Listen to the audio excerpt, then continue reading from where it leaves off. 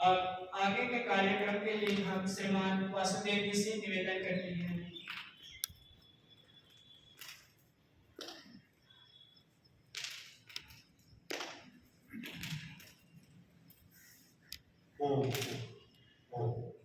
इस पवित्र यज्ञशाला में उपस्थित सन्यासीगण, वानप्रस्थीगण, मातृशक्ति और समस्त भद्रार्य पुरुषों, जैसा कि आप सबको विदित है, आज बहुत सारे पर्वों का संगम है आज का दिन, और खासकर जहाँ गुरुकुल है वहाँ का तो एक विशेष रूप से उत्साहपूर्ण कार्यक्रम सब गुरुकुलों के अंदर रहता है।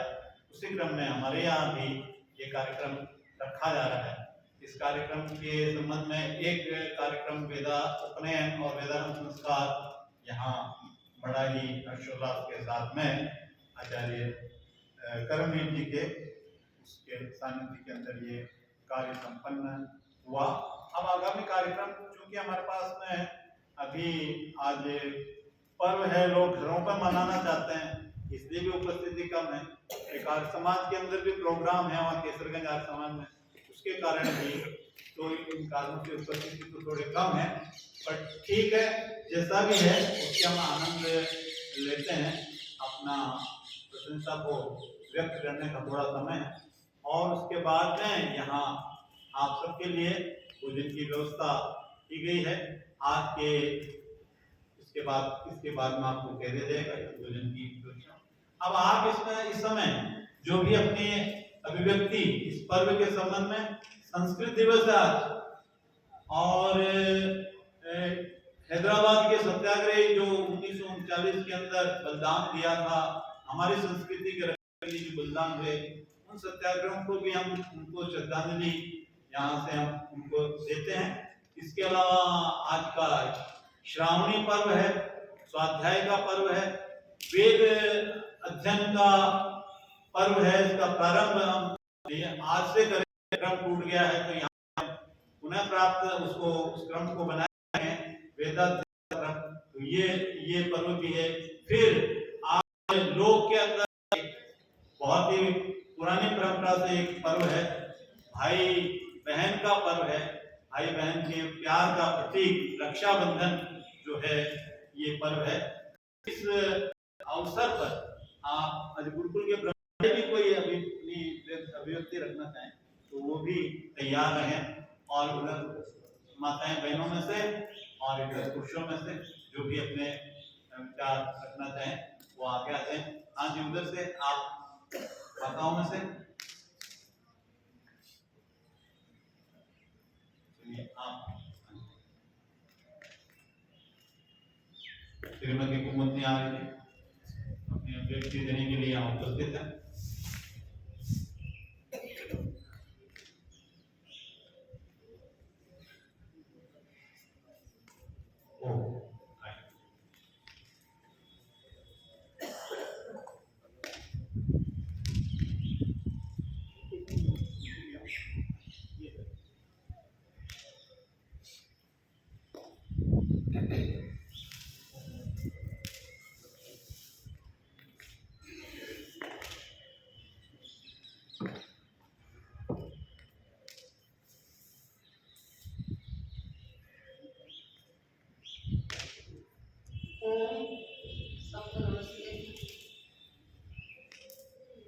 आज संस्कृत दिवस और स्वाध्याय संस्कृत दिवस के लक्ष्य में स्वाध्याय करने की प्रक्रिया भी, स्वाध्याय का नियमित जीवन में कुछ प्रतिज्ञा भी कर सकते हैं संस्कृत दिवस के लक्ष्य में। इसी भावों को लेकर मैं एक भजन आपके सामने प्रस्तुत कर रही हूँ स्वाध्याय पर।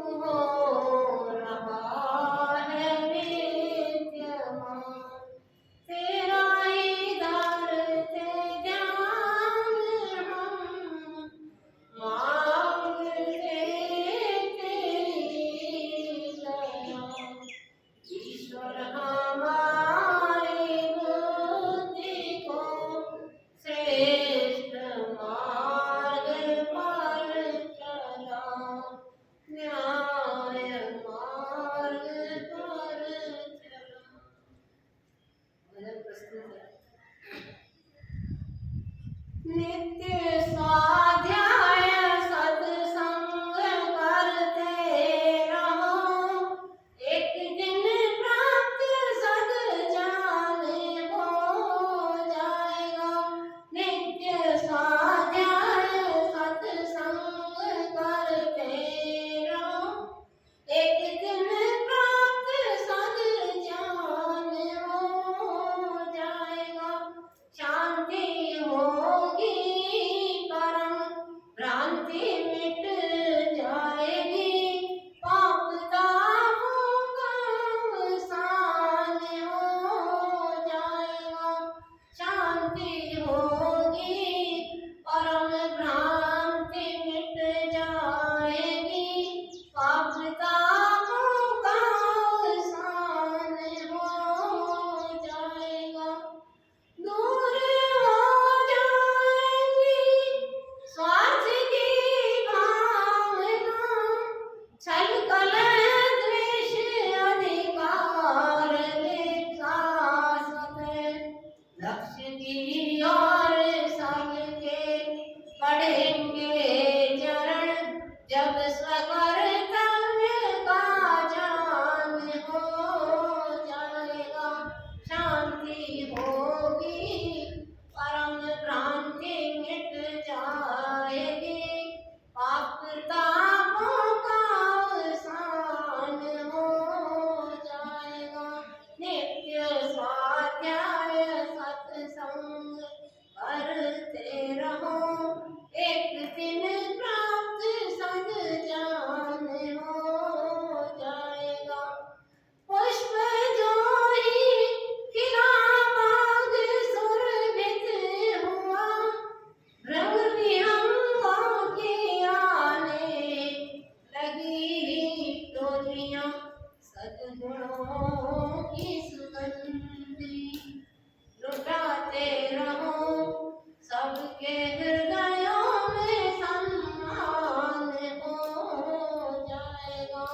शांति होगी परम भ्रांति मिट जाएगी, पाप तापों का अवसान हो जाएगा। नित्य स्वाध्याय सत्संग करते रहो, एक दिन प्राप्त सद जान हो जाए। तन से सेवा करो, मन से सद्भावना, धन से हरिए दुखी इनकी दीनता। तन से सेवा करो, मन से सद्भावना, धन से हरिए दुखी इनकी दीनता। पुत्र भगवान के हैं, उन्हें खुश करो, तुमसे खुश आप भगवान हो जाएगा। शांति होगी परम भ्रांति मिट जाएगी, पाप तापों का अवसान हो जाएगा। नित्य स्वाध्याय सत्संग करते रहो, एक दिन प्राप्त सद जान हो जाएगा। आ पड़ी है घड़ी आपदा की बड़ी, आर्यों जिम्मेदारी है तुम पर बड़ी। आ पड़ी है घड़ी आपदा की बड़ी, आर्यों जिम्मेदारी है तुम पर बड़ी। आप यदि हैं सक्रिय जागृत संगठित, राष्ट्र का पूर्ण उत्थान हो जाएगा। शांति होगी परम भ्रांति मिट जाएगी, पाप तापों का अवसान हो जाएगा। नित्य स्वाध्याय सत्संग करते रहो, एक दिन प्राप्त सद ज्ञान हो। जय। धन्यवाद।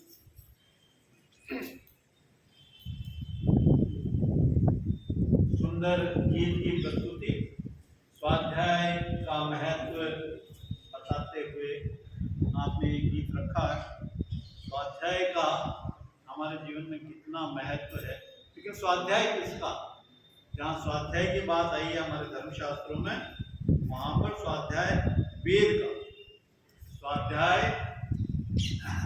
माँ प्रमोदन, स्वाध्याय का प्रमाण है। जो स्वाध्याय करेगा वही प्रवचन भी कर सके। इसलिए प्रवचन के लिए स्वाध्याय जरूरी है। स्वाध्याय से मन और आत्मा तृप्त होते हैं और हमारा ये लोक भी सुधरता है, परलोक भी सुधरता है। सब ग्रंथों का, वैदिक ग्रंथों का स्वाध्याय करने का फल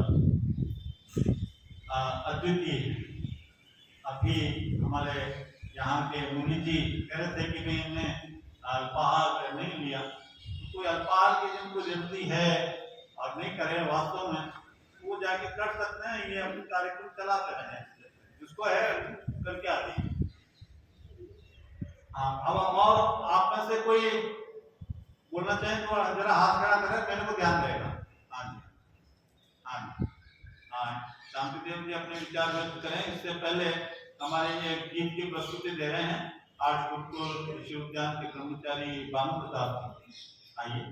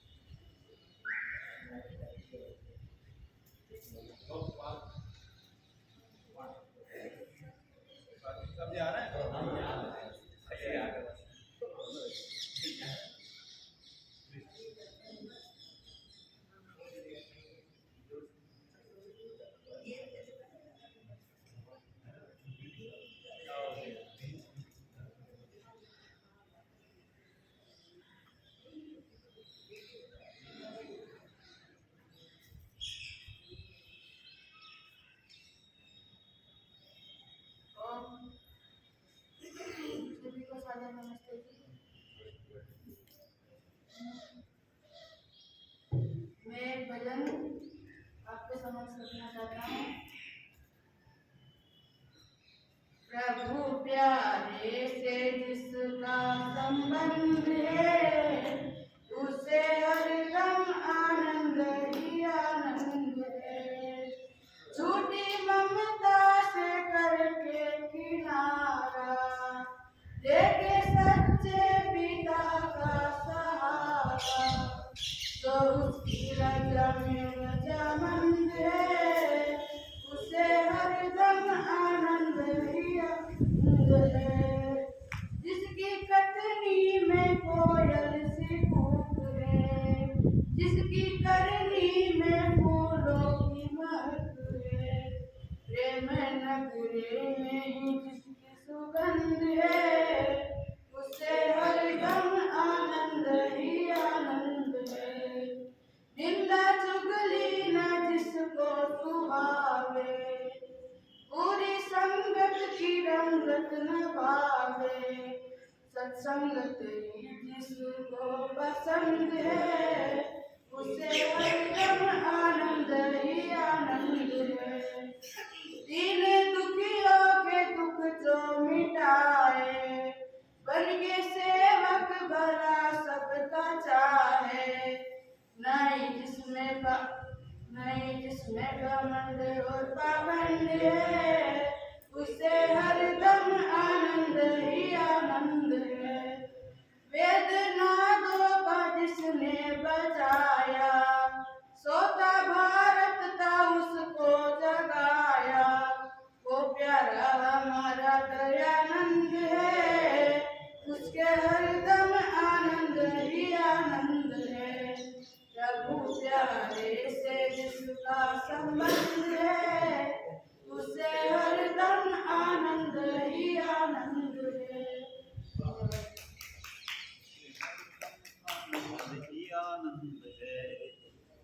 हरदम आनंद ही आनंद है, जो उसकी रजा में रजामंद है, उसे हरदम आनंद ही आनंद है। ब्रह्मचारी भानु प्रताप जी ने अपनी गीत की प्रस्तुति दी है। सबसे कम उम्र के ब्रह्मचारी इस समय मुकुट होंगे, आज एक इनसे भी छोटे बता रहे हैं। आज इनका नए संस्कार में धर्म संस्कार भी हुआ। भानु जी का बहुत बहुत बधाई और बहुत बहुत धन्यवाद, आपने गीत प्रस्तुत किया।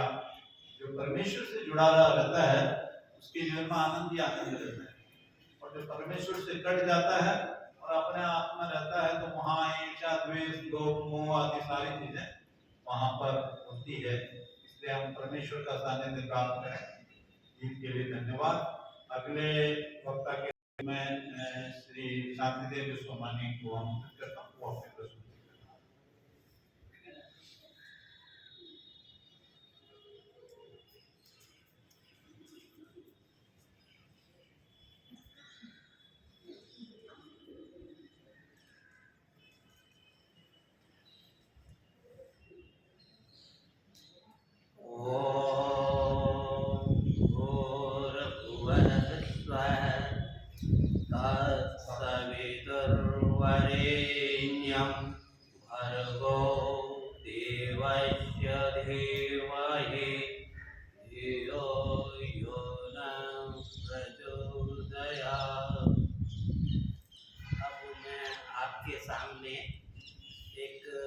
प्रस्तुत करना चाहता हूँ।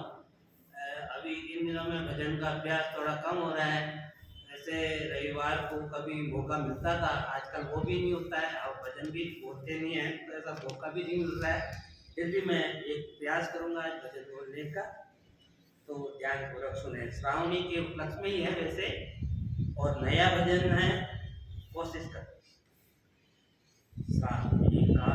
श्रावणी का त्योहार है, कुदरत का उपहार है। श्रावणी का त्योहार है, कुदरत का उपहार है। जहूं और हरियाली छाई, आ रही अजब बहार है। श्रावणी का त्योहार है, कुदरत का उपहार है। जहूं और हरियाली छाई, आ रही अजब बहार है। रंग बिरंगे फूल मनोहर, प्रभु ने कला दिखाई है। रंग बिरंगे फूल मनोहर, प्रभु ने कला दिखाई है। हरे भरे पेड़ों पर पत्ते, धरती खूब सजाई है। हरे भरे पेड़ों पर पत्ते, धरती खूब सजाई है। धरती खूब सजाई है। बहे प्रेम की धार है, खुशियों की बौछार है। सखी सहेली झूला झूले, सावन के गीत मलार है। श्रावणी का त्योहार है, कुदरत का उपहार है। चहूं और हरियाली छाई, आ रही अजब बहार है। दादर मोर पपैया कोयल, मीठे गान सुनाती है। दादर मोर पपैया कोयल, मीठे गान सुनाती है। दादर मोर पपैया कोयल, मीठे गान सुनाती है। काले काले मेघा जग में, काले काले मेघा जग में, सबका मन हर्षाते हैं। सबका मन हर्षाते हैं। मन में खुशी अपार है, करे परस्पर प्यार है। ठंडी ठंडी पवन चले और जल की पड़े फुहार है। श्रावणी का त्योहार है, खुशियों का कुदरत का उपहार है। चहूं और हरियाली छाई, आ रही अजब बहार है। ये पावन त्योहार सावनी, ये पावन त्योहार सबके मन को भाता है। ये पावन त्योहार सावनी सबके मन को भाता है। वेद श्रुति और सत्संग का, वेद श्रुति और सत्संग का घर घर नाद बजाया है, घर घर नाद बजाया है। वेद ईश्वर ज्ञान है, भक्ति रस का पान है। यज्ञादि शुभ श्रेष्ठ कर्म यह वेदों के अनुसार है। यज्ञादि शुभ श्रेष्ठ कर्म ये वेदों के अनुसार है। श्रावणी का त्योहार है, कुदरत का उपहार है। चहूं और हरियाली छाई, आ रही अजब बहार है। वेदों का पढ़ना और पढ़ाना मानव धर्म बताया है। वेदों का पढ़ना और पढ़ाना मानव धर्म हमारा है। वेद के पथ पर चल के, वेद के पथ पर सबको यह कर्तव्य हमारा है, यह कर्तव्य हमारा है। शुद्ध पवित्र विचार है, ऋषि की जय जयकार है। ईश्वर की यह सच्ची वाणी, कविता यही आधार है। श्रावणी का त्योहार है, कुदरत का उपहार है। चहूं और हरियाली छाई, आ रही अजब बहार है। चहूं और हरियाली छाई, अजब बहार है। ओम शांति शांति शांति।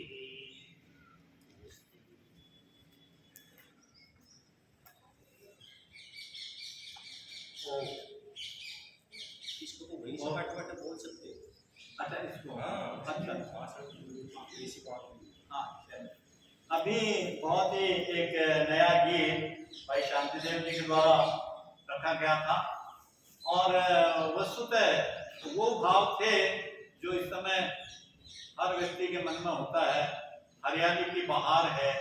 इससे पहले अभी कुछ दिनों पहले हरियाली अमावस्या गई, इससे पहले हरियाली तीज अभी ये गई है और आज श्रावणी का पर्व, ये भी श्रवण मास है, इसलिए इस हमारी पूर्णिमा का नाम भी श्रावणी पूर्णिमा, श्रवण मास की, श्रवण नक्षत्र की पूर्णिमा है। ये बड़ा प्रकृति का दृश्य मनोहर हो चुका है और ऐसे में मन सबका आह्लादित है, प्रसन्न है।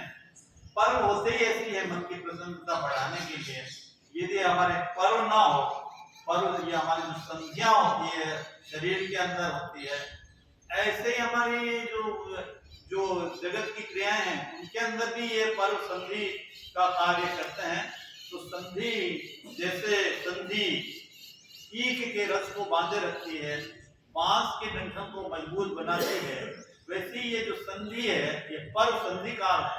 संधि हमारे जो है रस को बांधे रखती है, हमारे आह्लाद को बांधे रखती है और उसको आह्लादित करती है हमारे उसको। तो बहुत ही सुंदर प्रस्तुति थी और ऋषि का ये उपकार भी बताया कि महर्ष ध्यान में हमारे ऐसे पर्वों को किस प्रसन्नता से मनाना चाहिए, नहीं तो कई पर्वों के रूप विकृत हो चुके हैं। अच्छे ढंग से हमारे प्रस्तुति देने के लिए बहुत बहुत धन्यवाद। आगामी प्रस्तुति गुरुकुल के ब्रह्मचारी सुभाष जी के द्वारा दी जा रही है। मैं सुभाष जी से अनुरोध करूंगा कि वो आए और अपनी प्रस्तुति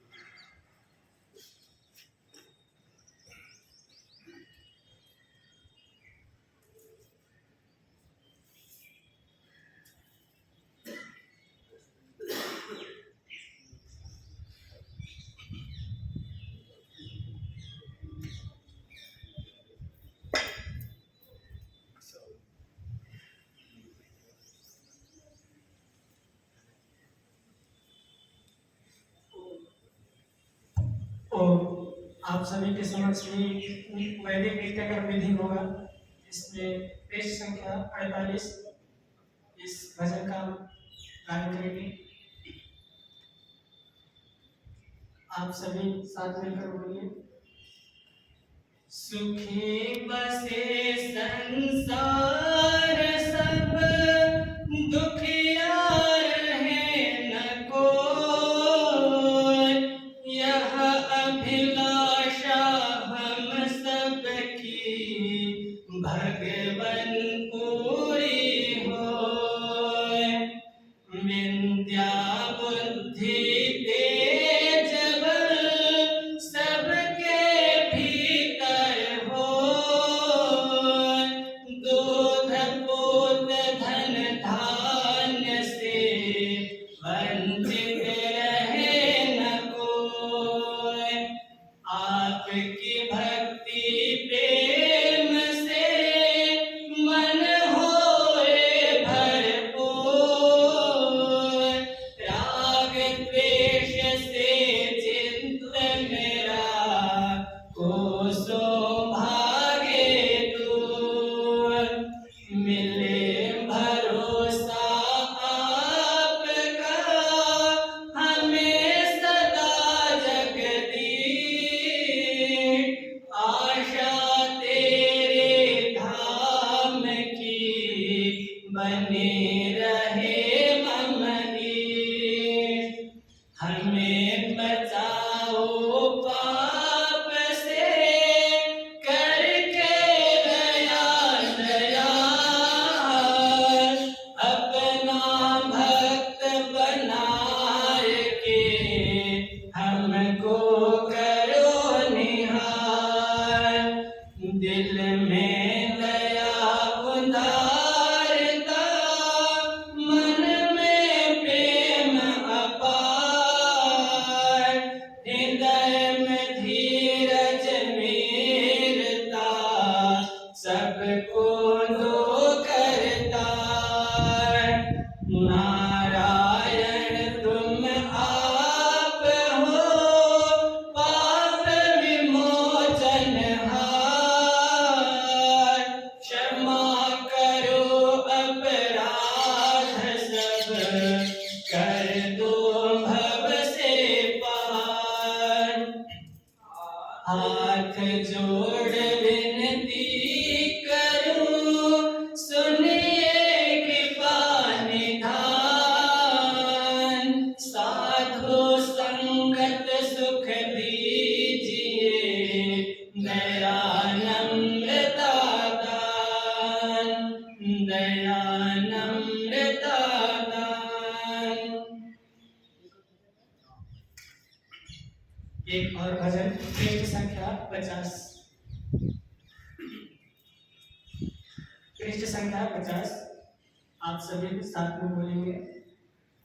आनंद स्रोत बह रहा पर तू उदास है, आनंद स्रोत बह रहा पर तू उदास है। अचरज है जल में रह के भी मछली को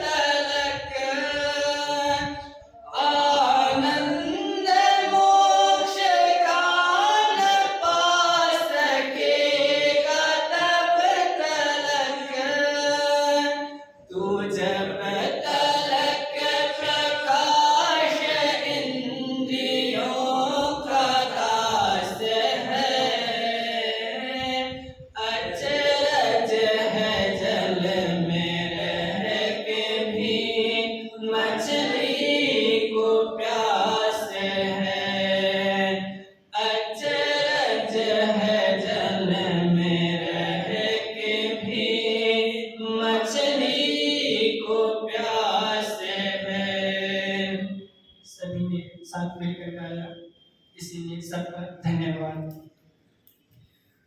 ब्रह्मचारी सुभाष जी द्वारा गीत प्रस्तुत किया गया। मधुर कंठ के लिए सुभाष जी आश्रम में प्रसिद्ध है, बहुत ही सुमधुर कंठ है। ऐसे ही सुमधुर कंठ को देखकर एक बार स्वामी दयानंद जी ने अमीचंद को कहा था कि गायक तो हो तो हीरे, और ये भी है तो हीरे हैं, इनको और तराशने की जरूरत है तो हीरा निकल जाएगा। और बहुत ही शुभ अच्छा प्रस्तुति के लिए हमारे सुभाष जी को धन्यवाद। और कोई आप में से? वासुदेव जी जी माइक ऊपर करना। अच्छा जी, ये और ये लगा हुआ नीचे टाइम वो छोड़ो ये पकड़ लेगा। अच्छा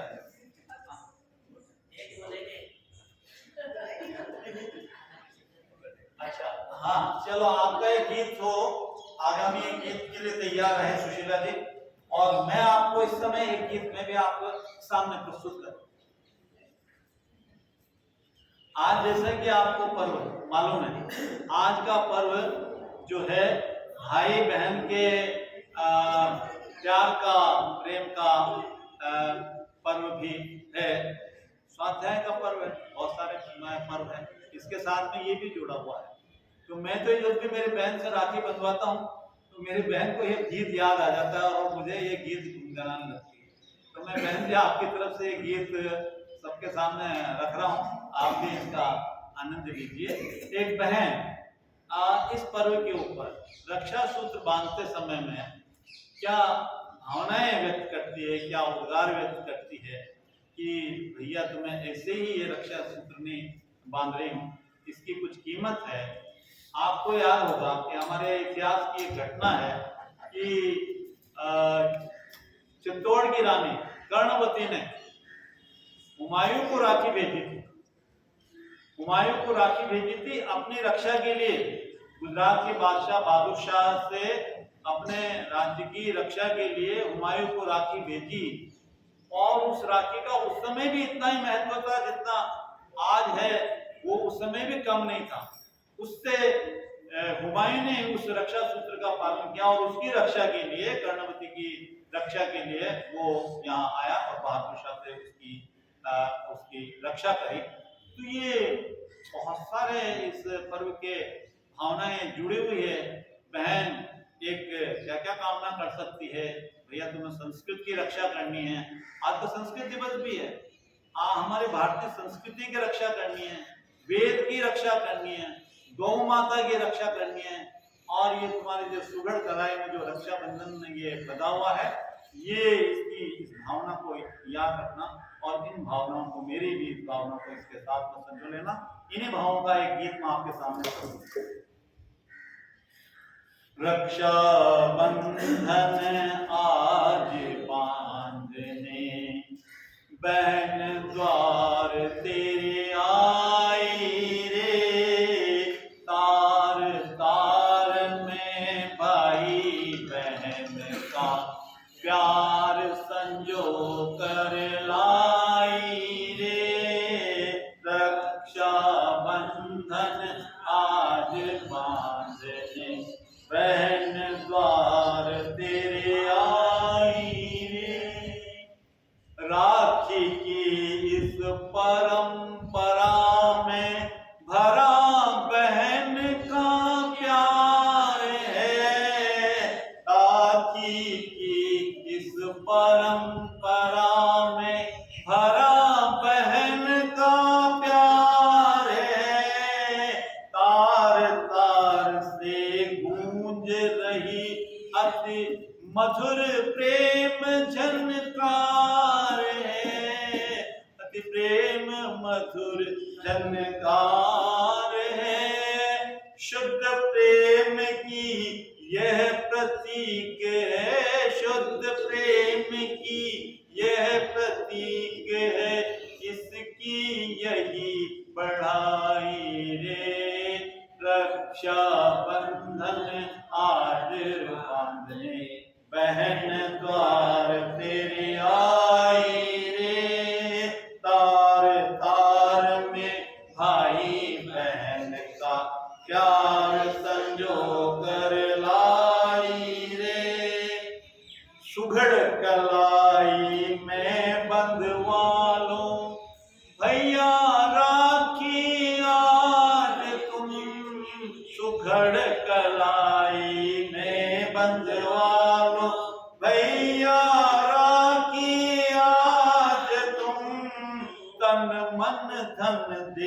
कर भी रखना इस राखी की लाज तुम, इस राखी की लाज तुम, युग युग की इस परंपरा को सदा निभाना भाई रे।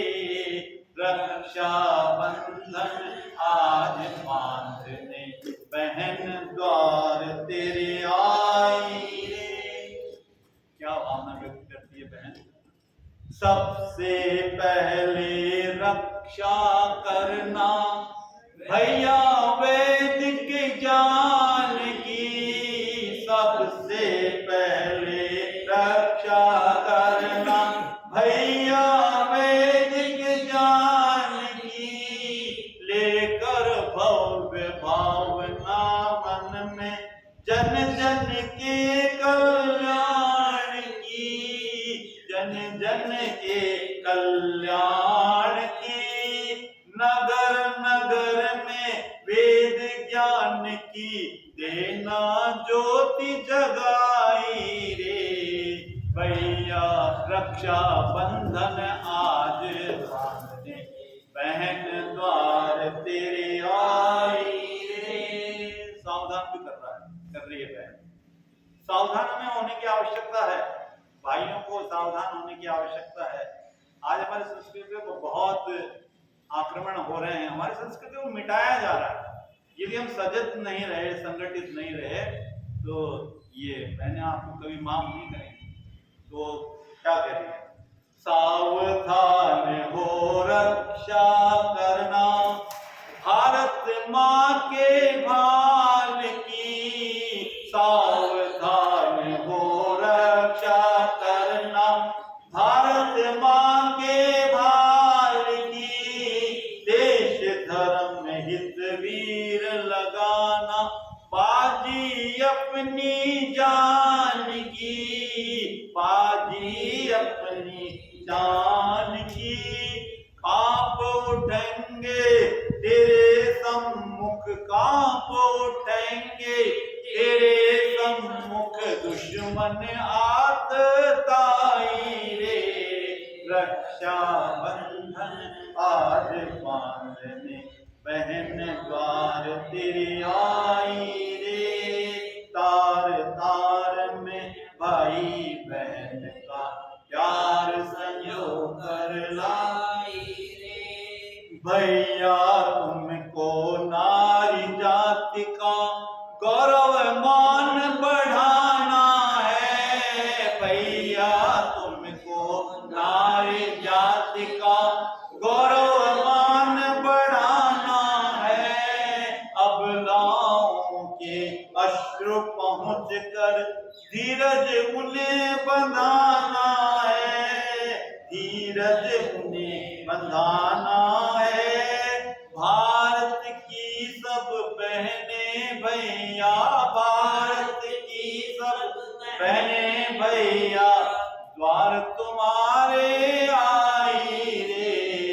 रक्षा बंधन आज बांधने बहन द्वार तेरे आई रे। तार तार में भाई बहन का प्यार संजो कर लाई रे। वेद गौ संस्कृत की रक्षा करने का व्रत ठान लो, वेद गौ संस्कृत की रक्षा करने का व्रत ठान लो।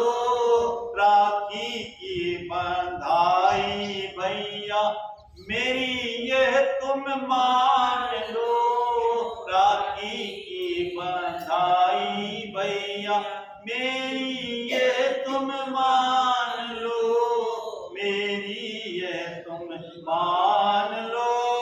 रहे फूलती फलती तेरी अभय सुयश कमाई रे। रक्षा बंधन आज बांधने बहन द्वार तेरे आई रे। तार तार में भाई बहन का प्यार संजो कर लाई रे। बालक भी जो है अपनी बहनों की भावनाएं सुन रहे होंगे, उनको भी याद आ रही होगी मेरी बहन भी यहाँ उपस्थित होती तो मेरे रक्षा सूत्र बांधती। लेकिन उसको आप ऐसे समझिए कि रक्षा सूत्र उन्होंने उनकी भावनाएं वही है, उस भावना को चरितार्थ आपको करना है, उनकी बहन की भावना को। हाँ, गीत की प्रस्तुति के लिए आप सबका धन्यवाद। चलिए आगामी गीत की प्रस्तुति के लिए आ रही हैं सुशीला जी, वो आए और अपना गीत प्रस्तुत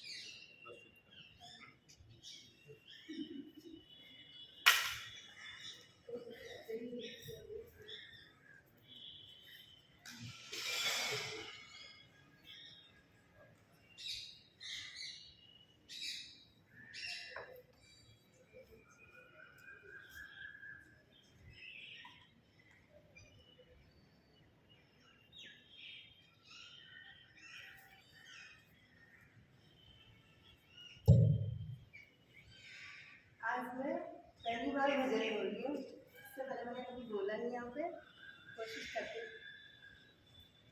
तेरी दया परमात्मा मुझ पर बनी रहे, ये दिल तुम्हारे प्यार से हरदम धनी रहे।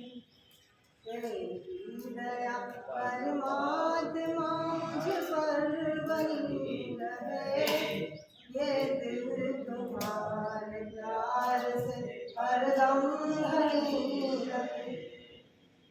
जीवन है चरैया प्रभु भक्ति का रंग है, जीवन है चरैया प्रभु भक्ति का रंग है। पूरी हो नाथ ये मेरे दिल की उमंग है, मेरे दिल की उमंग है। जीवन की चरैया प्रभु, जीवन की चरैया प्रभु सदा सनी रहे, ये दिल तुम्हारे प्यार से हरदम धनी रहे। तेरी दया परमात्मा मुझ पर बनी रहे, ये दिल तुम्हारे प्यार से हरदम धनी रहे। बैठा हूँ तेरे दरबार में, हाजिर हुजूर में, एक पल भी ना रहूं तेरे चरणों से दूर में, तेरे चरणों से दूर में। सर पर आशीर्वाद की छाया बनी रहे, ये दिल तुम्हारे प्यार से हरदम धनी रहे। तेरी दया परमात्मा मुझ पर बनी रहे, ये दिल तुम्हारे प्यार से हरदम धनी रहे। बुद्धि पवित्र होवे बुराइयों से मैं टलूं, छोड़ूं असत्य को मैं सत्य मार्ग पर चलूं, मैं सत्य मार्ग पर चलूं। यज्ञादि कर्म में मेरी श्रद्धा बनी रहे, यज्ञादि कर्म में मेरी श्रद्धा बनी रहे, ये दिल तुम्हारे प्यार से हरदम धनी रहे। तेरी दया परमात्मा मुझ पर बनी रहे, ये दिल तुम्हारे प्यार से हरदम धनी रहे। परदेश में रहूं या मैं रहूं स्वदेश में, परदेश में रहूं या मैं रहूं स्वदेश में, स्थायी निवास में चाहे भिक्षा के वेश में, चाहे भिक्षा के वेश में। होठों पे प्रतीक, होठों पे प्रतीक ओम की मधुर ध्वनि रहे, ये दिल तुम्हारे प्यार से हरदम धनी रहे। तेरी दया परमात्मा मुझ पर बनी रहे, ये दिल तुम्हारे प्यार से हरदम धनी रहे। बहुत ही सुंदर भजन की प्रस्तुति, अपनी मनोकामना भजन के माध्यम से व्यक्त करी। परमेश्वर की दया हम सब पर बनी रहे और और उसकी दया जब बनेगी तो हम खुशहाल होंगे। आज तो दिन ही बहनों का है, तो बहनों में एक और बहन तैयार है अपनी प्रस्तुति देने के लिए। मैं माननीय बहन पुष्पा जी से अनुरोध करता हूँ कि वो अपनी प्रस्तुति यहाँ पर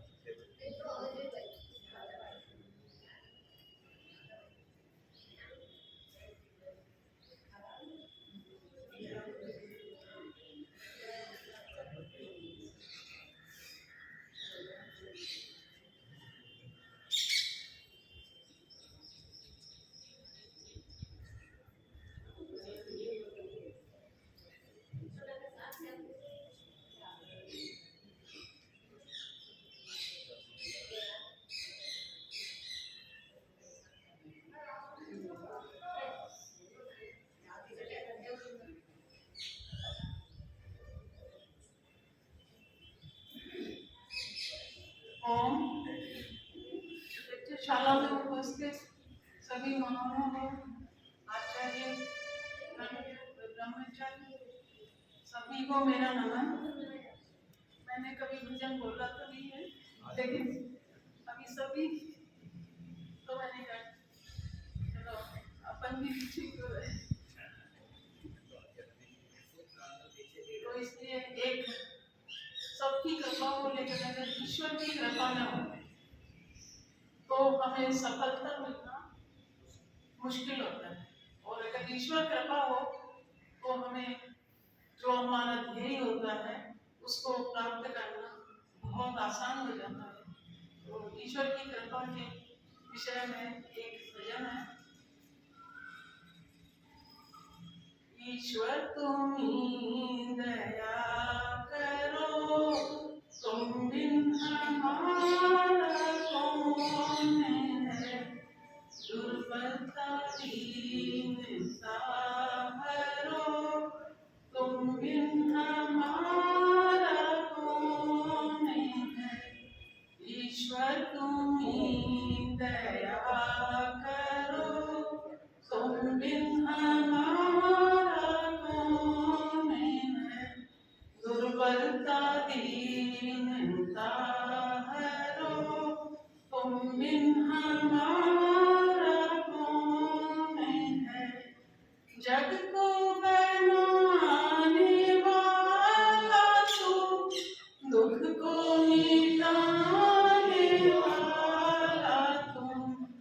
जग को बनाने वाला तुम, दुख को मिटाने वाला तुम। बिगड़ी बनाने वाला तुम बिन हमारा कौन है। बिगड़ी बनाने वाला तुम बिन हमारा कौन है। ईश्वर तुम्हीं दया करो, तुम बिन हमारा कौन है। माता तू ही पिता, बंधु तू ही सखा।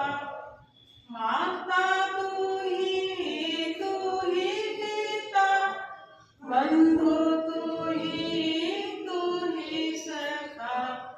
केवल तुम्हारा आसरा, तुम बिन हमारा कौन है। ईश्वर तुम्हीं दया करो, तुम बिन हमारा कौन है।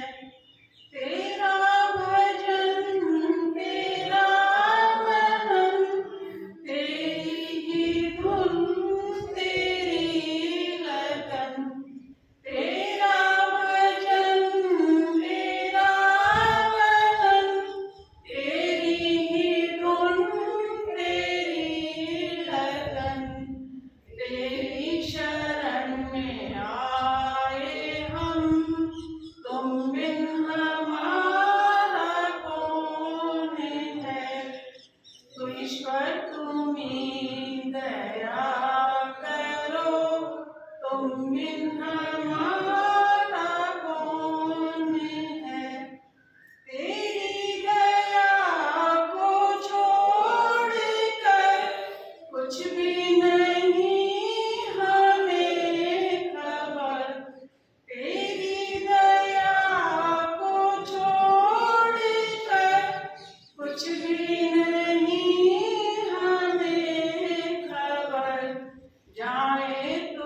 जाए हम किधर, तुम बिन हमारा कौन है।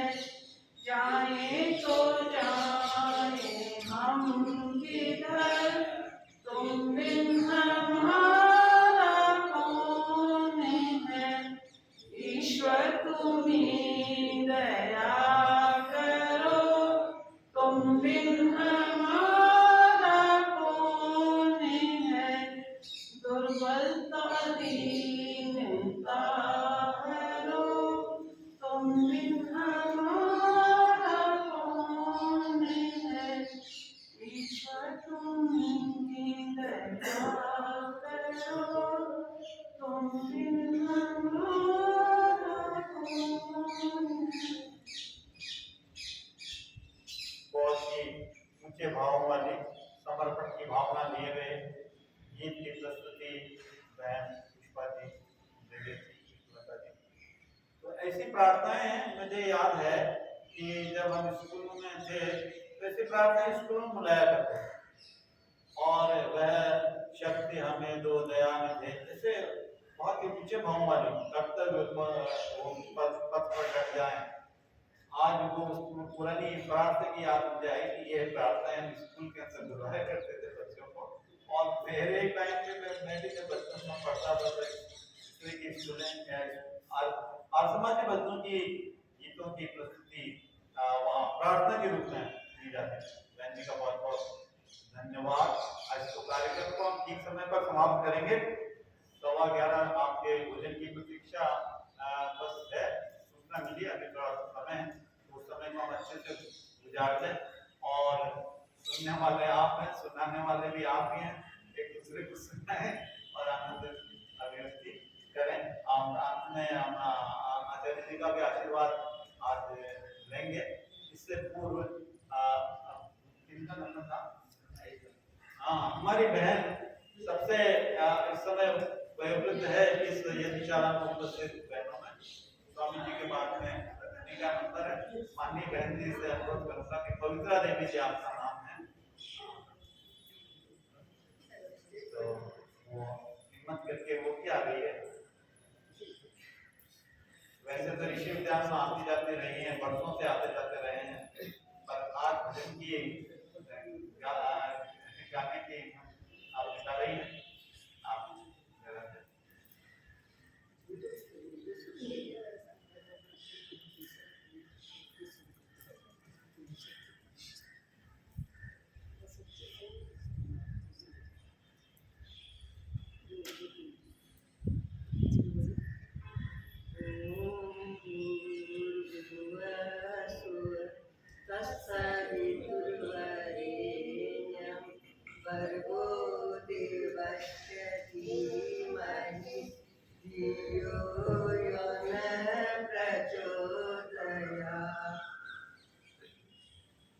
तेरा सत्चित आनंद स्वरूप कोई कोई जाने रे, तू सत्चित आनंद रूप कोई कोई जाने रे। मन वाणी का तू है सृष्टा, मन वाणी का तू है सृष्टा, वेद वाणी का तू है सृष्टा, तू है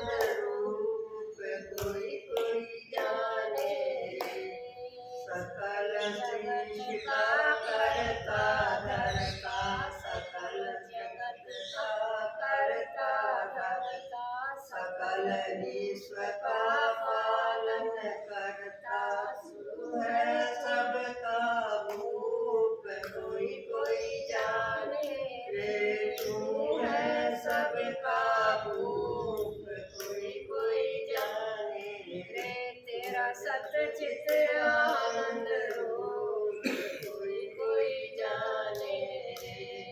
तीन लोक का तू है स्वामी, तीन लोक का तू है स्वामी, घट घट व्यापक अंतर्यामी, घट घट व्यापक अंतर्यामी।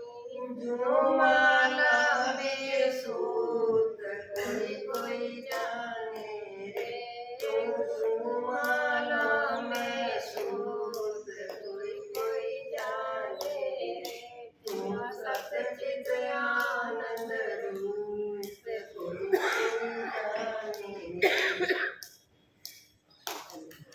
बहुत सुंदर वैदिक भवन भजन की प्रस्तुति थी और सारा ईश्वर का वर्णन कर दिया और कहा कि भाई ऐसा अद्भुत परमेश्वर का जो रूप है उसको कोई कोई जानते हैं, मिलले ही जानते हैं। तेरा सच्चित आनंद रूप कोई कोई जानने रे। बहुत सुंदर प्रस्तुति का दिए बहन जी का बहुत बहुत धन्यवाद, बहुत बहुत बधाई।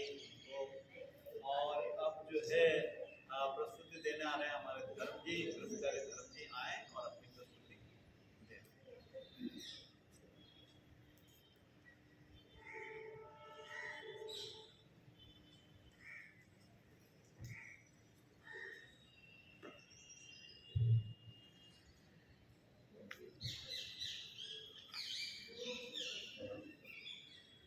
सभी को स्वागत, नमस्ते जी।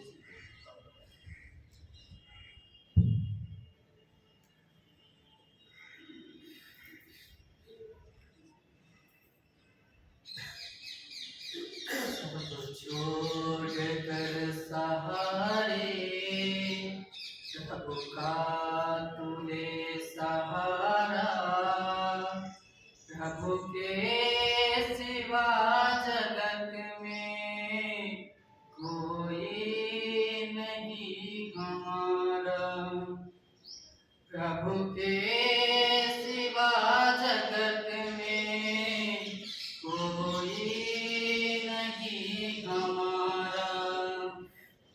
सब छोड़ कर सहारे प्रभु का तूने सहारा, प्रभु के सिवा जगत में कोई नहीं हमारा, प्रभु के सिवा जगत में कोई नहीं हमारा। दुनिया की चीज पानी इनसे निहमत लगा तो कर इस्तेमाल बेशक, पर मन को ना फंसा तो कर तन से जग के धंधे और मन को रख ले न्यारा, प्रभु के सिवा जगत में कोई नहीं हमारा, प्रभु के सिवा जगत में कोई नहीं हमारा। जितने हैं रिश्ते नाते उन सब से प्यार कर तू, जितने हैं रिश्ते नाते उन सब से प्यार कर तू, पर उन संबंधियों पर मत निसार कर तू। दिल अपना उसको दे दे जिसने जगत पसारा, प्रभु के सिवा जगत में कोई नहीं हमारा, प्रभु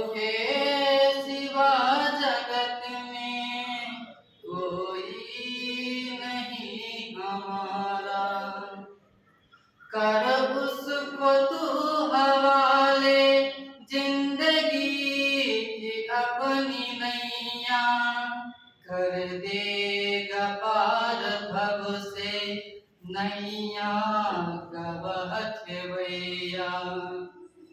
कर उसको तू हवाले जिंदगी की अपनी नैया, कर देगा पार भव से नैया कवहत भैया।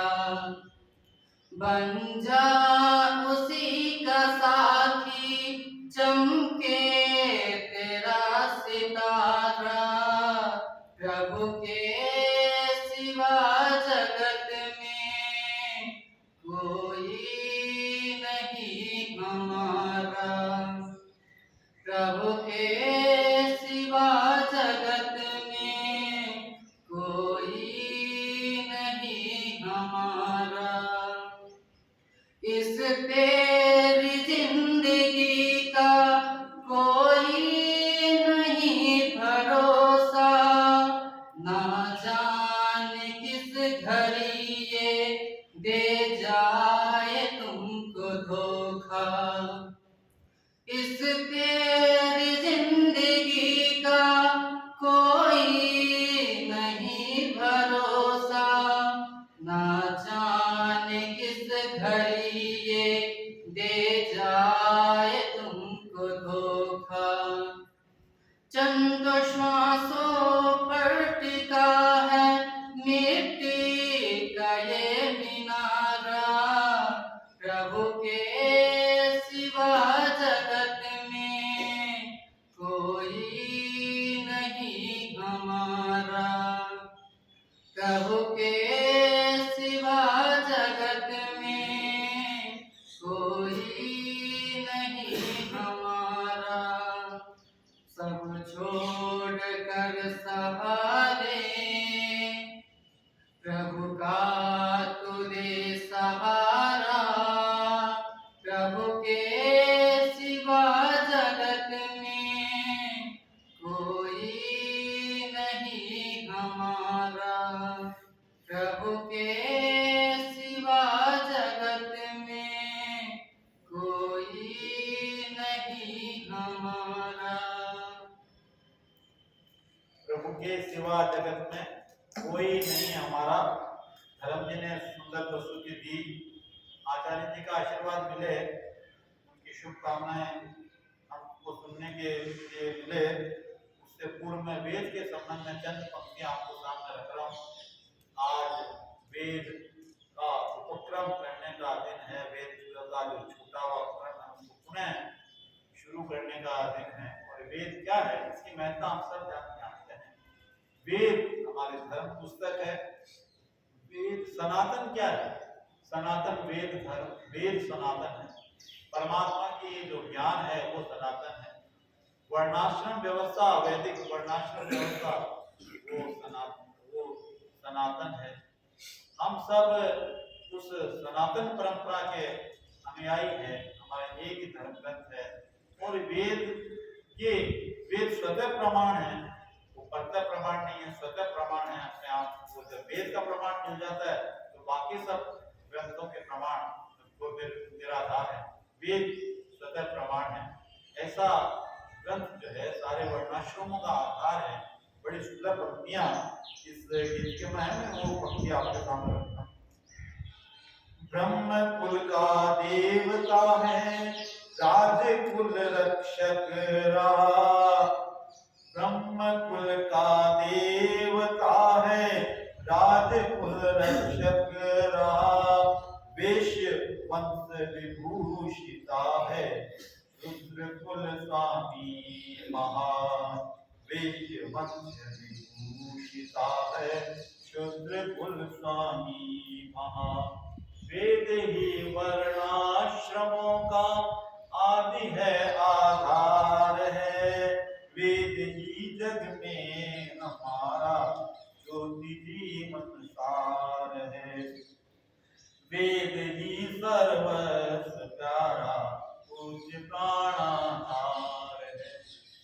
वेद का पाठन पठन हो, वेद वाद विवाद हो।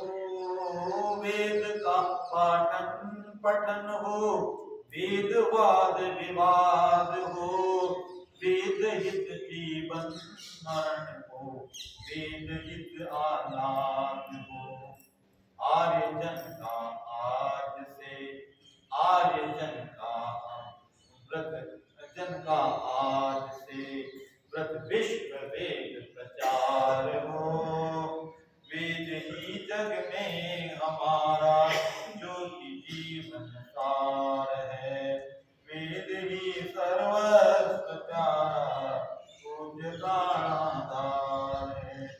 रोज रोज सरोज सम श्रुति सूर्य से खिलते रहे। ये डॉक्टर सूर्यदेव जी की कविता है जो हमारे परम पद्धति के अंदर हमें मिलती है और हर साल हम उसको गाते भी हैं। रोज रोज सरोज सम श्रुति सूर्य से खिलते रहे, वेद चंद्र चकोर ज्योति मोद से मिलते रहे। वेद ही स्वामी सखा सब, वेद ही परिवार है, वेद ही स्वामी सखा सब, वेद ही परिवार है, वेद ही जग में हमारा ज्योति जीवन सार है, वेद ही सर्वस्व प्यारा पूज्य प्राणाधार है। आचार्य जी का आशीर्वाद मिले।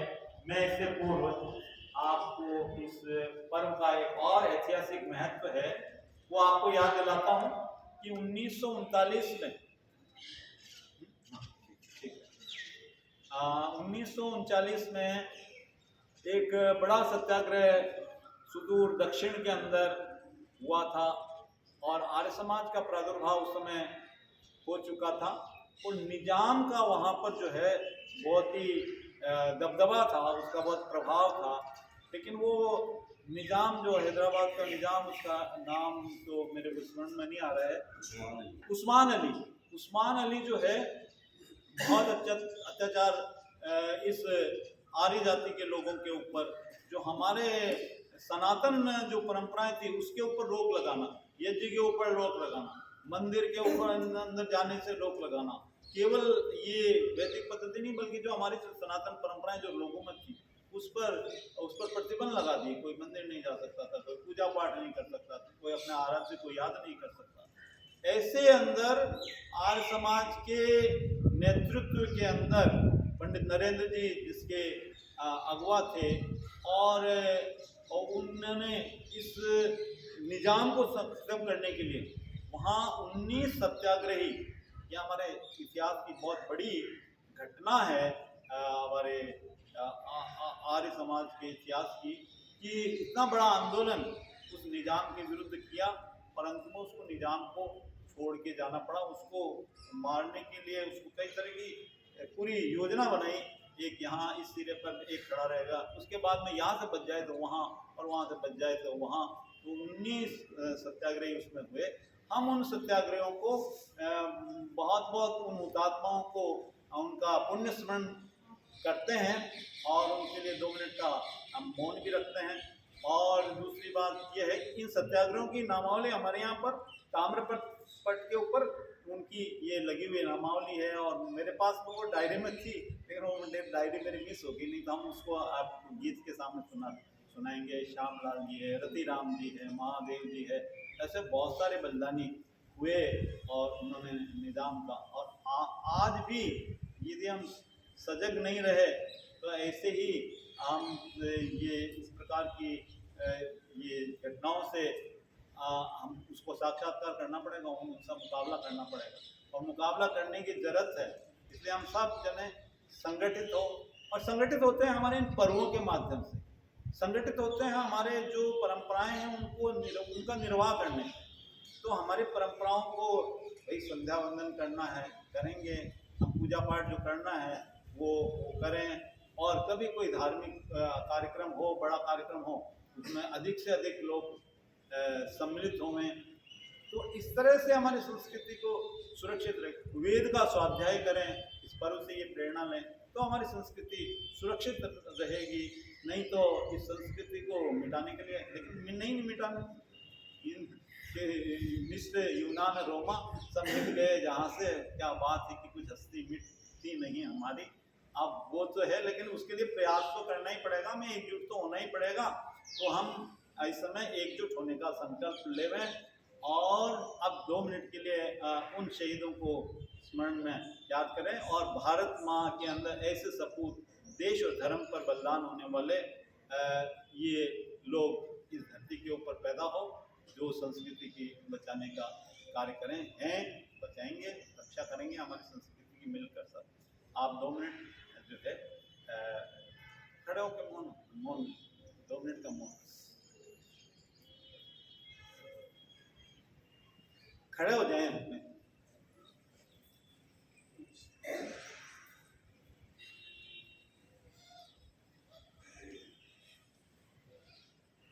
तीन बार गायत्री मंत्र पढ़।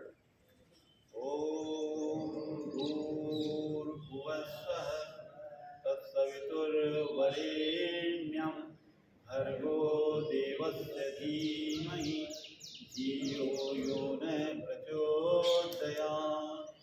ओम भूर्भुवः स्वः तत्सवितुर्वरेण्यं भर्गो देवस्य धीमहि धियो यो नः प्रचोदयात्। ओम भूर्भुवः स्वः तत्सवितुर्वरेण्यं भर्गो देवस्य धीमहि धियो यो नः प्रचोदयात्। सभी अपना अपना स्थान ग्रहण कर लें और अब मैं माननीय आचार्य से अनुरोध करूँगा कि वो अपना आशीर्वचन हम सबको आज देवें। माननीय आचार्य करूँगी।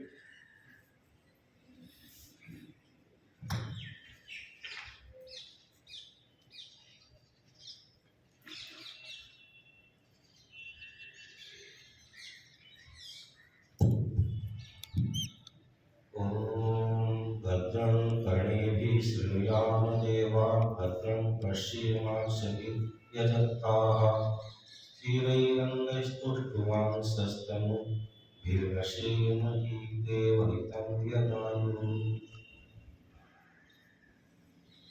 आज की इस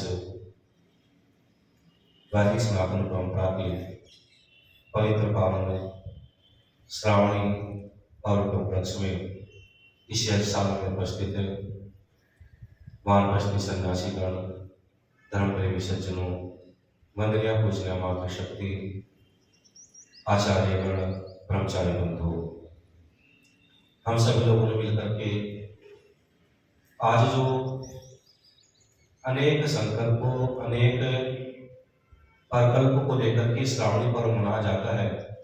जैसा आपने अभी सुना होगा, ये श्रावणी पर्व संस्कृत दिवस के रूप में आर्य समाज द्वारा जो एक बड़ा क्रांतिकारी आंदोलन, जिससे उस समय में सारा हिंदू समाज त्रस्त था, लेकिन किसी की सामर्थ्य नहीं थी कि उन आदताइयों का विरोध कर सके। हैदराबाद सत्याग्रह आंदोलन के जो बलिदानी लोग थे, उनके बलिदान दिवस के रूप में, रक्षाबंधन के रूप में, वेद स्वाध्याय श्रवण के रूप में आज इस पर्व को मनाया जाता है। कई सारी चीजें इतिहास में ऐसी भी जोड़ दी गई समाज को भ्रांति में डालने के लिए। वास्तव में ऐसा हुआ नहीं था, लेकिन आजादी के बाद कम्युनिस्ट और मुसलमानों का कुछ ऐसा प्रभाव और उस समय की जो सत्तासीन सरकार थी, उसके इस हिंदू जाति को निर्बल करने के लिए और जो विधर्मी आतताई लोग थे, उनको बढ़ाने के लिए, उनको श्रेष्ठ, उत्तम, धार्मिक, देशभक्त रूप में प्रस्तुत करने के लिए ऐसे इतिहास और ऐसे मनगढ़ंत कुछ कहानियां सुनाई गई। जैसा कि आज का जो दिन रक्षाबंधन के रूप में मनाया जाता है, जैसा भी आर्य जी ने बताया था कि रानी कर्णवती और उसने राखी भेजी थी हुमायूं को, राखी भेजी थी। बहुत सारे इतिहासकार लिखते हैं कि वो दुष्ट रक्षा के लिए नहीं आया था और जो आक्रमणकारी था उससे उसने 60 टली थी और वो आक्रमण करके चला गया और ये वहां तक पहुंचा है। और इतिहास ऐसा लिख दिया गया, ऐसा पढ़ा दिया गया पाठ्यक्रमों में, ऐसा लगा दिया गया कि उस समय हुमायूं को बड़ा रक्षक भाई के रूप में प्रस्तुत किया गया। जैसा कि आप 1 या 2 दशक पूर्व की जो हिंदी फिल्में उन्हें देखेंगे, जो एक पंडित पौराणिक तिलकधारी छोटे वाला जो ब्राह्मण होता था, उसको बड़ा एक राक्षस प्रवृत्ति के रूप में, एक कट्टर के रूप में, एक माफिया के रूप में प्रस्तुत किया जाता था। और जितने दाढ़ी वाले थे इनको बड़े रक्षक के रूप में, सौहार्द पैदा करने वाले के रूप में रहीम चाचा और पता नहीं क्या क्या नाम दिए जाते थे। ये दुर्भाग्य ही रहा इस देश का कि आजादी के बाद में, आजादी क्या कहें, कुछ लोग इसको आजादी नहीं मानते, फिर इसको सत्ता हस्तांतरण मानते हैं और कई अंशों में बात ठीक भी लगती है। लेकिन अपना जो श्रावणी पर्व है, निश्चित रूप से ये बड़ा पावन पवित्र पर्व है, वेदांत संस्कार होता है। हालांकि आज ये केवल परंपराएं मात्र बची हैं, वो आदर्श आज नहीं है।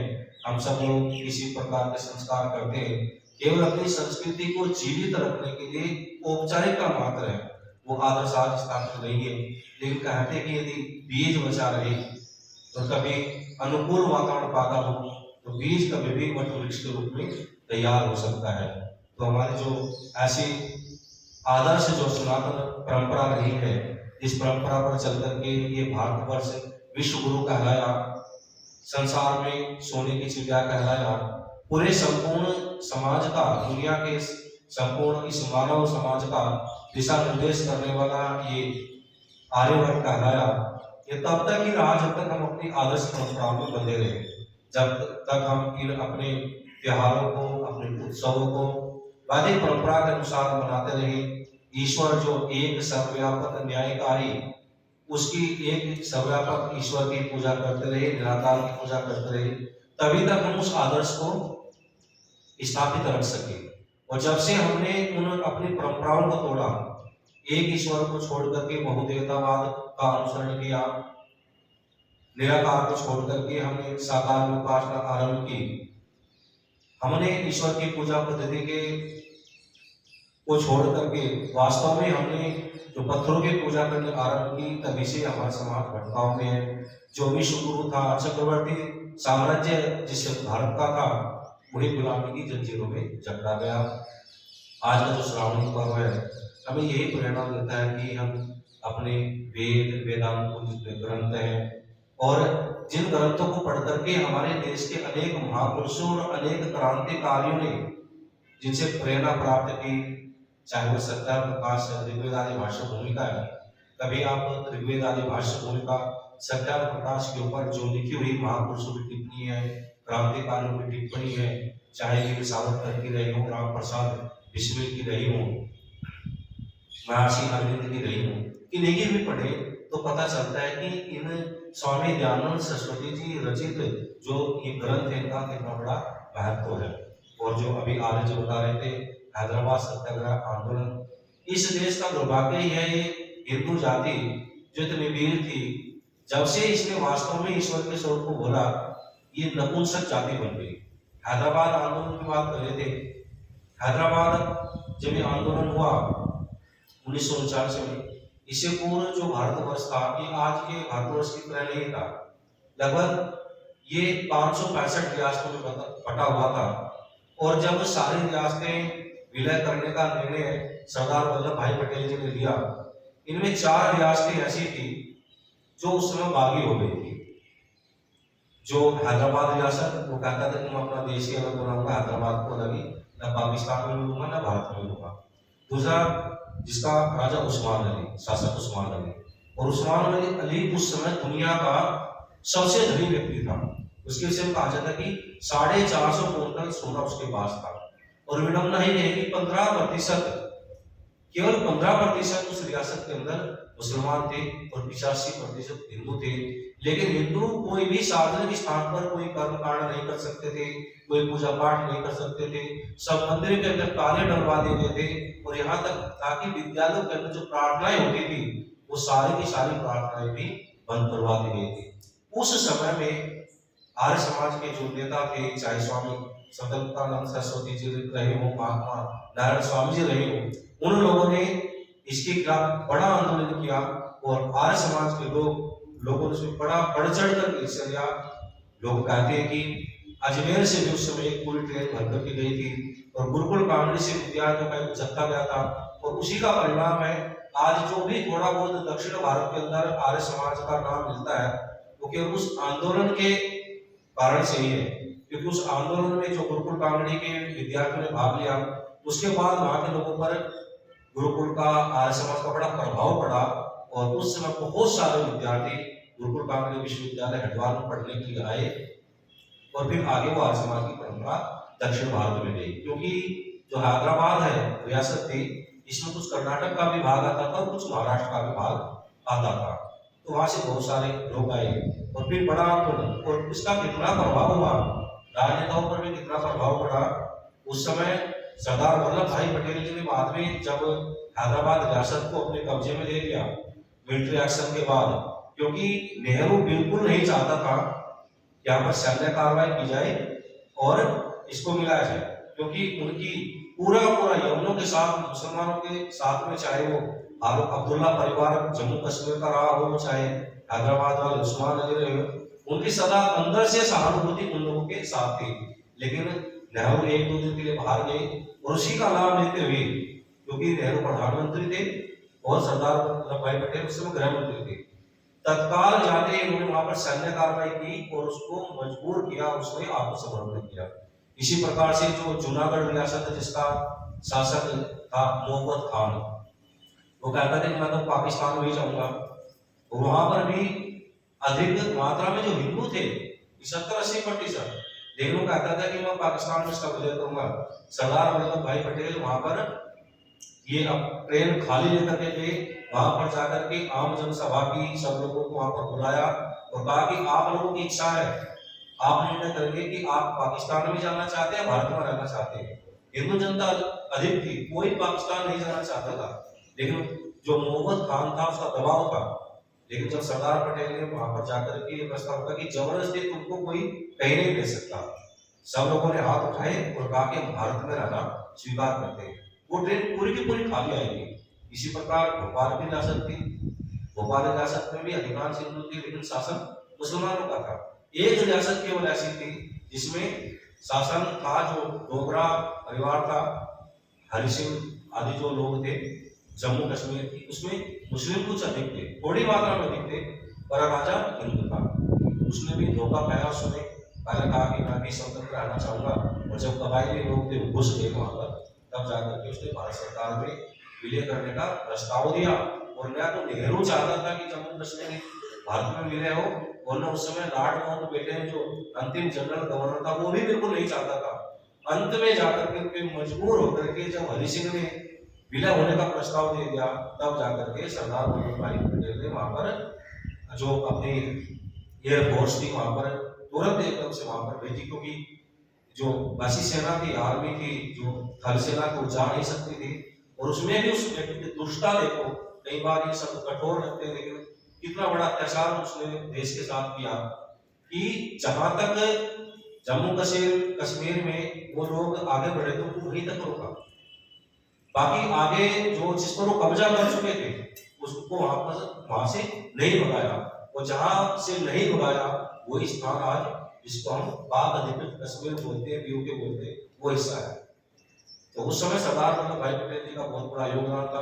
उन्हीं सरदार वल्लभ भाई पटेल जी ने जब हैदराबाद रियासत अपने अधीन कर ली गई, उस समय कहा था कि यदि आर्य समाज इसको धूल की तरह कमजोर न करता उस्मान अली की सत्ता को, क्योंकि वहां के जो उस्मान अली के ऊपर आर्य समाज के लोगों ने बम फेंका था, हालांकि लोग पकड़े गए थे, बड़ी यातनाएं दी गई बाद में, और 23-24 लोगों की वहां पर जेल में मृत्यु हुई थी, क्योंकि रोटी के अंदर भी सीमेंट मिलाकर दिया जाने लगा था। लोग कोई भूख से मर गया, कोई बीमार होकर के मर गया, और माने को जीवनियां पड़ी लोगों की, पानी मांगते थे उनके मुंह पर पेशाब किया जाता था। इतना बड़ा अत्याचार, कोई व्यक्ति खुले में कोई पूजा पाठ नहीं कर सकता था। उनके बैन लूटे आर्य समाजी लोगों ने, उनके ऊपर बम फेंके, तब जाकर के उस व्यक्ति के अंदर भय भी पैदा हुआ था।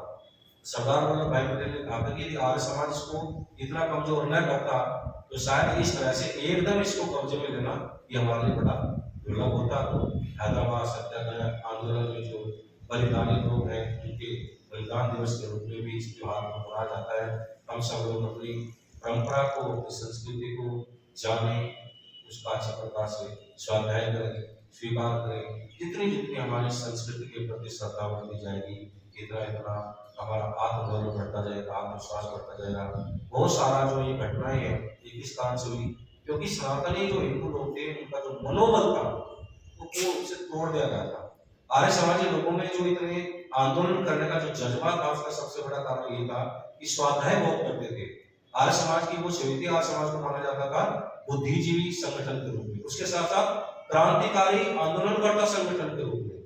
क्योंकि मेरे अच्छी प्रकार से ध्यान है, जब मैं यहाँ पर विद्यार्थी के रूप में आया ही था तो एक बार जो पृथ्वीराज चौहान का जो किला है, जो आज पूरा एक प्रकार से छोटा पाकिस्तान जैसी स्थिति है उसकी, वहां पर हम जा रहे थे तो कुछ ये जो खादिम लोग हैं मुसलमानों की, जिनको पंडे एक प्रकार से कहते हैं, उनको खादिम कहते हैं उर्दू फारसी भाषा में। एक खादिम मिला, उसने पूछा जी आप जैन लोग हैं? हमने कहा भाई हम जैन नहीं, तो आर्य समाजी। इस आर्य समाजी वही जो लाठी डंडे चलाना सिखाता है, जो लड़ना सिखाता है, मतलब ये सभी आर्य समाज की एक पूरे के पूरे जो अन्य जो विधर्मी लोग थे उनके ऊपर एक थोप रहता था आसमान। क्यों? क्योंकि यहाँ पर स्वाध्याय कराया जाता था, क्रांतिकारी जो लोग थे उनके प्रवचन आदि कराए जाते थे। आप पूरा का राम प्रसाद बिस्मिल जी की जीवनी पढ़ करके देखो, प्रेरणा कहाँ से हुई, शाहजहाँपुर का जो आर्य समाज था वहाँ पर पूरे वैदिक विचारों में दीक्षित हुए।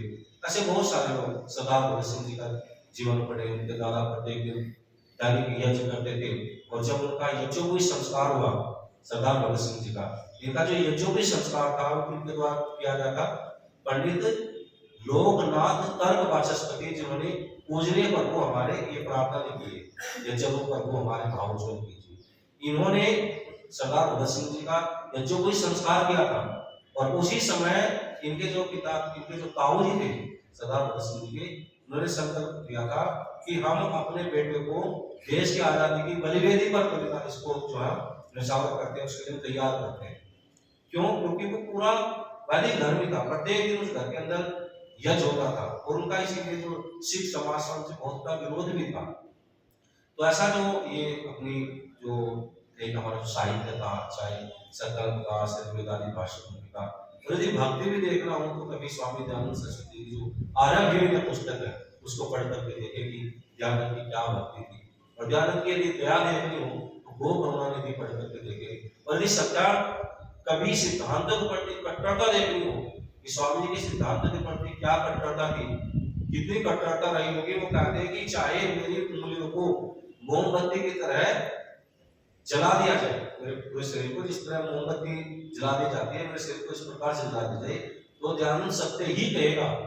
यदि उनकी सिद्धांत के प्रति कट्टरता देखनी हो तो सत्या प्रकाश पढ़ने से मिलती है। हम सब लोग भी आज के इस पर्व पर यही संकल्प लें कि हम अधिक से अधिक स्वाध्याय करें। जो आज संस्कार हो रहा था, जो पिता के द्वारा उपदेश किया जाता है, उसमें भी एक वाक्य आता, स्वाध्याय मां प्रमदितव्यम, अर्थात स्वाध्याय से कभी हम प्रमाद न करें, क्योंकि स्वाध्याय और सत्संग एक ऐसा होता है जो व्यक्ति के जीवन के जो न्यूनताएं होता है, कमियां होती है, उनको दूर करता है। परमपिता परमेश्वर का आशीर्वाद हम सब लोगों पर बना रहे। जो भी लोग इस कार्यक्रम में पहुंचे, अपना समय का दान दिया, ब्रह्मचारी को आशीर्वाद दिया, संस्था के लिए सहयोग किया, उन सभी के प्रति हम हृदय से कृतज्ञता प्रकट करते हैं। ईश्वर का आशीर्वाद उन और हम सब लोगों पर बनी रहे, ऐसी भावना कीजिए। धन्यवाद।